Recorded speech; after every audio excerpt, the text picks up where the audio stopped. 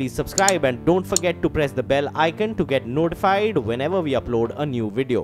बिहार के गोपालगंज में एक पुलिस वाला एक लड़के के सामने उठक बैठक करने लगा। आरोप है कि लड़के ने चेक पोस्ट पर ट्रक वालों से अवैध वसूली करते वक्त सिपाही का एक वीडियो बना लिया था, जिसे डिलीट करने के लिए सिपाही लड़के के सामने मिन्नतें करने लगा। लेकिन जब लड़का नहीं माना तो सिपाही ने लड़के के पैर छू लिए और हाथ जोड़कर उससे माफी भी मांगी। इस बीच लड़के ने सिपाही से उठक बैठक करने को कहा, जिसके बाद सिपाही अपने कान पकड़कर लड़के के सामने उठक बैठक करता दिखा, जबकि कमरे के दरवाजे के बाहर एक एएसआई भी खड़ा था। उसने भी लड़के को मनाने की कोशिश की, लेकिन लड़का नहीं माना। लड़के ने अपने हाथ में कुछ नोट ले रखे थे, जिन्हें वो एएसआई के सामने गिनता रहा और फिर एएसआई को इशारे से कमरे के अंदर पड़े लकड़ी के एक पलंग पर बैठा दिया। सिपाही और एएसआई ने मिलकर लड़के को मनाने की काफी कोशिश की, लेकिन लड़का नहीं माना और वो कमरे से बाहर चला गया। आरोप है कि सिपाही सच्चिदानंद और एएसआई सहेंद्र रजक ट्रक वालों से अवैध वसूली करते थे, जिसका वीडियो सामने आने के बाद पुलिस अधिकारियों ने दोनों के खिलाफ सख्त कार्रवाई करने का दावा किया। मुंबई हमलों के मास्टरमाइंड और आतंकी संगठन जमात-उद-दावा की सरगना हाफिज सईद ने पाकिस्तान में होने वाले चुनाव के लिए अपने उम्मीदवारों के ऐलान कर दिया है। पाकिस्तान में 25 जुलाई को आम चुनाव होने हैं। जानकारी के मुताबिक हाफिज सईद ने आम चुनाव में 265 उम्मीदवार उतारने का ऐलान किया है। इनमें 80 उम्मीदवार नेशनल असेंबली और 185 उम्मीदवार प्रांतीय असेंबली सीट पर चुनाव लड़ेंगे। हाफिज के उम्मीदवार अल्लाहू अकबर नाम के राजनीतिक संगठन के टिकट पर चुनाव लड़ेंगे, क्योंकि हाफिज के राजनीतिक संगठन मिल्ली मुस्लिम लीग को पाकिस्तान के चुनाव आयोग ने मान्यता नहीं दी। हाफिज ने अपने बेटे तलहा सईद को सरगोधा सीट से चुनाव में उतारा है, जबकि उसका दामाद खालिद वलीद लाहौर की एक सीट से चुनाव लड़ेगा। कोलकाता में पार्टी कार्यकर्ताओं के बीच मुख्यमंत्री ममता बनर्जी ने बीजेपी के नेताओं को उग्रवादी बता दिया। ममता बनर्जी का यह हमला बीजेपी के प्रदेश अध्यक्ष दिलीप घोष के उस बयान पर था, जिसमें उन्होंने टीएमसी नेताओं को एनकाउंटर की चेतावनी दी थी। इसका जवाब देते हुए ममता बनर्जी ने आरोप लगाया कि बीजेपी केंद्र सरकार के दम पर ताकत दिखा रही है।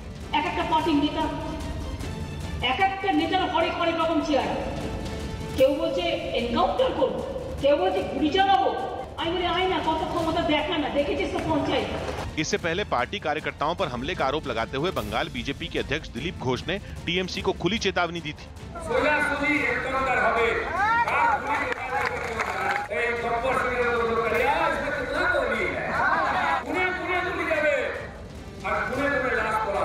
राज्य में सियासी कार्यकर्ताओं की हत्या के आरोप पर घमासान मचा है, जिसमें बीजेपी और टीएमसी दोनों पार्टियां एक दूसरे पर निशाना साध रही हैं। लेकिन बीजेपी के साथ कांग्रेस पर हमला करके ममता बनर्जी ने सभी को चौंका दिया, क्योंकि एक तरफ 2019 के लिए महागठबंधन की सुखबुकाहट चल रही है, उधर ममता ने कांग्रेस पर निशाना साधने से भी गुरेज नहीं किया। सीपीएम कांग्रेस माओवादी बीजेपी 1 2 3 4 बुझुन এই সমাজের সবচেয়ে বড় অন্ধকারের ঘোর।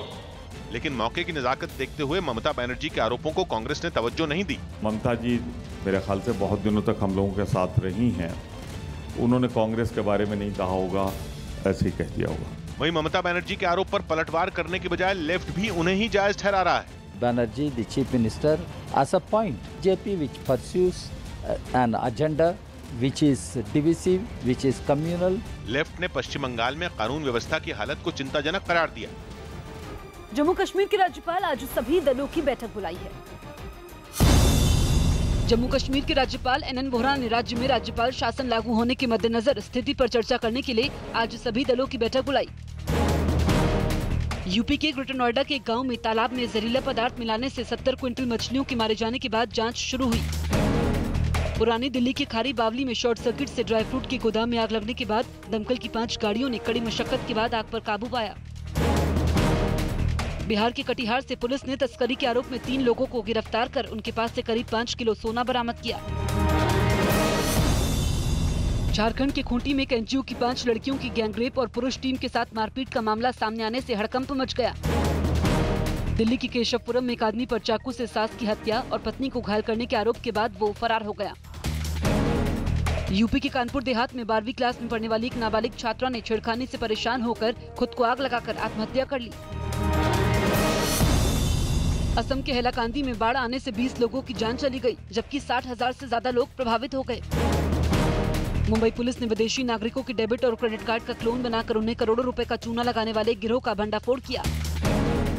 यूपी के बुलंदशहर में गांव के 7 दबंग लोगों पर एक 13 साल की बच्ची की गैंगरेप और उसका वीडियो सोशल मीडिया पर डालने की धमकी देने का मामला सामने आया। दिल्ली के पास के हरियाणा के फरीदाबाद में कुछ लोगों ने वहां बनाए जा रहे एक बूचड़खाने की दीवार को धक्का मारकर गिरा दिया। इस बूचड़खाने का इलाके के दर्जनों गांव के लोग लंबे समय से विरोध कर रहे थे, लेकिन विरोध के बावजूद प्रशासन की मंजूरी से जब बूचड़खाने का निर्माण शुरू हुआ तो लोग भड़क गए और गुस्साए लोगों ने मौके पर पहुंचकर बनाए जा रहे बूचड़खाने की इमारत में तोड़फोड़ शुरू कर दी। इस तोड़फोड़ में शामिल कुछ लोगों ने लोहे की रॉड और डंडे की मदद से बूचड़खाने की बाकी दीवारों को गिरा दिया। इसी बीच एक आदमी ने वहां पड़ी ईंटों से बूचड़खाने की छत बनाने में इस्तेमाल की जा रही सीमेंट की चादरों को भी तोड़ दिया। इस तोड़फोड़ के दौरान इलाके के विधायक नागेंद्र बढ़ाना वहां मौजूद रहे। इसके अलावा आम आदमी पार्टी के नेता धर्मवीर बढ़ाना भी मौके पर पहुंचकर तोड़फोड़ कर रहे लोगों के समर्थन में उतर आए, जिसके बाद गांव वाले और उग्र हुए और उन्होंने बूचड़खाने को बना रहे मजदूरों के अस्थायी मकानों को भी ढहा दिया। इतना ही नहीं, तोड़फोड़ कर रहे लोगों को कुछ लोग आगजनी के लिए उकसाते हुए सुनाई दिए। बूचड़खाने को ढहाने के बाद नाराज लोगों ने पास ही एक बिजली के खंभे पर बंधी स्ट्रीट लाइट को भी ईंटों से तोड़ दिया। तोड़फोड़ करने वाले लोगों ने चेतावनी दी कि वो किसी भी कीमत पर बूचड़खाना नहीं बनने देंगे। प्रशासन ने आश्वासन दिया था, उसके बावजूद भी यहाँ पर उन्होंने बनाया तो उसको आके हमने खुद इसको आके तोड़ा है। आरोप है कि तोड़फोड़ के दौरान बूचड़खाना बना रहे मजदूरों से मारपीट भी की गई। हमारी लेबर के साथ भी मारपीट की और हमारे साथ में मारपीट करी है। तोड़फोड़ की खबर मिलने के बाद मौके पर पहुंची पुलिस ने गुस्साए लोगों को समझा बुझाकर शांत कराया। दिल्ली के खजूरी खास इलाके में एक मकान के बाहर कुछ लोग रसीद दिखाने लगे। आरोप है कि बाहर रहने वाली पुष्पा गोयल नाम की एक महिला ने गुरु मां बनकर इन लोगों से करोड़ों रुपए की ठगी की, जिसका पर्दाफाश होने के बाद लोग कथित गुरु मां पुष्पा गोयल के मकान पर पहुंचे, लेकिन आरोप है कि वो वहां से सब कुछ समेटकर फरार हो गए। पीड़ित लोगों का आरोप है कि महिला ने गुरु मां बनकर उनसे मोटी रकम ऐंठ ली। मेरा 9 लाख रुपए करीब था और जो है ये पैसा लेकर चली गई है। ये कुछ जादू टोने सा काम करती थी। लोगों की शिकायत पर पुलिस ने केस दर्ज कर पुष्पा गोयल के एक सहयोगी को गिरफ्तार कर लिया। तथाकथित गुरुमाई कहलाने वाली इस महिला के निशाने पर ज्यादातर घरेलू महिलाएं होती थी, जिन्हें बहला फुसलाकर वो किसी न किसी बहाने से मोटी रकम वसूल लेती थी। इसके बाद पुलिस ने आरोपी पुष्पा गोयल की तलाश तेज कर दी और दावा किया जा रहा है कि पुलिस की सख्ती से घबराकर कथित गुरु मां पुष्पा गोयल ने दिल्ली की कड़कड़डूमा कोर्ट में सरेंडर कर दिया, जहां उसका बयान दर्ज करने के बाद कोर्ट ने उसे 3 दिन की पुलिस रिमांड पर भेज दिया। लेकिन पुष्पा गोयल ने अपने ऊपर लगाए जा रहे ठगी के आरोपों को गलत बताया। ये सरासर गलत आरोप लगाए हैं, जितने भी हालांकि पीड़ित लोगों के वकील ने पुष्पा गोयल को ढोंगी ठहराते हुए उस पर करोड़ों की ठगी के आरोपों को दोहराया। 2.5 करोड़ 3 करोड़ का जो गबन किया है, ये पैसा रिकवर करना है। कथित गुरु मां पुष्पा गोयल की गिरफ्तारी के बाद 50 से ज्यादा लोगों ने उस पर ठगी का आरोप लगाया। अंतर्राष्ट्रीय योग दिवस के मौके पर प्रधानमंत्री समेत तमाम केंद्रीय मंत्रियों और बीजेपी नेताओं ने योग किया, लेकिन पटना में योग को लेकर जेडीयू और बीजेपी में मतभेद देखने को मिला, क्योंकि योग के इस कार्यक्रम से जेडीयू ने एक बार फिर किनारा कर लिया। यहां तक कि बिहार के मुख्यमंत्री नीतीश कुमार ने भी सार्वजनिक तौर पर योग करने के बजाय अपने घर पर योग किया। हमारे नेता मुख्यमंत्री भी योग करते हैं, घूमते हैं, टहलते हैं, मॉर्निंग वॉक करते हैं, लेकिन योग दिखा के करने का चीज नहीं है। लेकिन जेडीयू की ये बेरुखी बीजेपी के कई नेताओं को नागवार गुजरी। कुछ ने तो दबी जबान से सीएम नीतीश कुमार के न आने पर नाराजगी तक जाहिर की। हालांकि deputy CM Sushil Modi CM के न आने का बचाव करते नजर आए। अब कोई आवश्यक नहीं कि हर व्यक्ति सार्वजनिक स्थान पर आकर योग करे। कुछ लोग आए कार्यक्रम में, इसका मतलब ये नहीं कि बाकी लोगों का कोई विरोध है। वहीं महागठबंधन में जेडीयू की वापसी कराने के लिए बेताब कांग्रेस इस मसले पर कटाक्ष करने से नहीं चूकी। कांग्रेस के मुताबिक बीजेपी योग दिवस के आयोजन के लिए साथियों को नहीं मना पाई।